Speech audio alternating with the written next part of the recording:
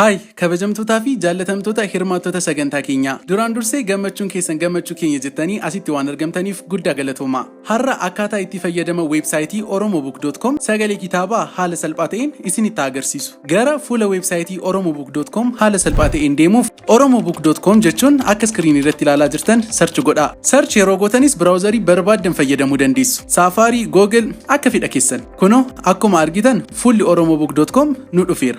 Egaan amma iskiriinii irratti filannoo lama argitu. Login now kan jedhuu fi sign up kan jedhu. Yoo akkaawuntii kanaan dura banattaniitu ta'e login now isa jedhu fayyadamtu.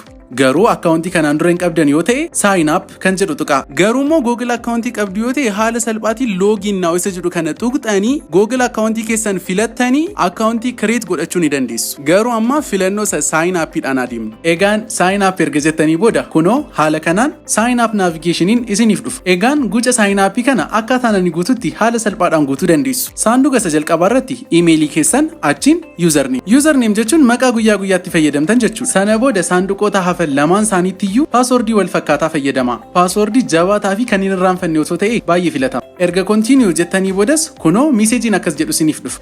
Please verify your email by clicking the link in the email you will receive within 5 minutes. For assistance, contact us at support@oromobook.com kan jedhu isiniif dhufa. Kanaafuu gara emailii keessanii deemuudhaan haala kanaan verify gootu jechuudha. So, erga verify gootanii xumurtanii boodas baga gammaddan. Fuula oromobook.com irraati akkaawuntii mataa keessanii create godhataniitu jechuudha. Haala salphaatiin meenuu achumaan books kan jedhu keessa seenuudhaan kitaabota isiniif qophaa'an bilisaan dhaggeeffachuu dandeessu. Kunoo amma fakkeenyaaf anaaf haala kanaan naa dhufeera. Mee xiqqooshii kitaaba isa jalqabaa irraati haa dhaggeeffannu. Siif galeeraa.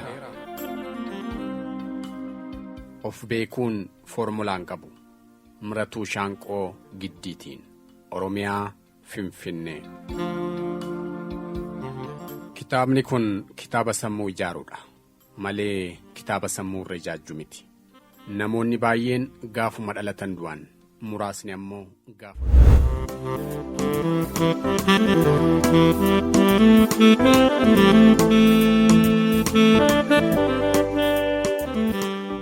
Uummanni Oromoo hortee saba Kuush keessaa isa tokko. Kuush hortee dhala namaa bebbeekamoo keessaa isa guddaa yoo ta'u, horteen Kuush kun guddina aadaa, seenaa, aartii dhalachuu amantaa gurguddoof qubee barreeffamaa bocuun addunyaa kanaaf kan gumaachedha. Oromoon Tuulamaa jaarraa kurnaffaarraa eegalee giddugaleessa Itoophiyaa irraa keessa lafa bal'aa qabatanii jiru. Tuulamni ilmaan sadii kan qabu yoo ta'u, isaanis Daaccii, Bachoof Jilleedha. Dachiinis ilmaan sadii Galaan, Oboof Sooddoo jedhaman qaba. Akka Alamayyoof kanneen biroo bara 2006 ibsanitti jiraattonni Shawaa Bahaa jalqabaa isaan gurguddoon gosoota Oboo, Galaaniif Jilleedha. Lafarra magaalaa Adaamaa fi naannoo isheetti argamu kanarra hortee Tuulamaa keessaa ilmaan Obootu irra jiraataa ture. Ayyaantonnis Eevaansis akkuma aangootiin ga'aniin ture sirna jamaana aangoota eegaa jiru sana raawwachiisutti kan isaan koommatan. Akkuma eegame ta'e fiingeen afuufamee faaggaan dirrisee waan sirnicha ittiin dabaalan abbootiin fardaa kumaatamatti dhiyaatan yaa'anii sirna muudaa aangoo erboorichaa kan takkaa godhamee hin beekne sana raawwachuudhaaf martuu wal ga'e. Egaa waan kun takkaa ta'ee hin beeku sichi dhaloota nutti aanu keessattis waan ta'uun fakkaatu jedhee dursaan Saglii Madda Walaabuu ture.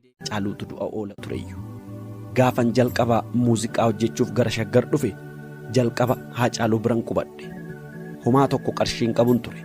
Kan istiidiyoo hiriyoota keenyatu nuuf kaffale waan nyaadhus hin qabun ture.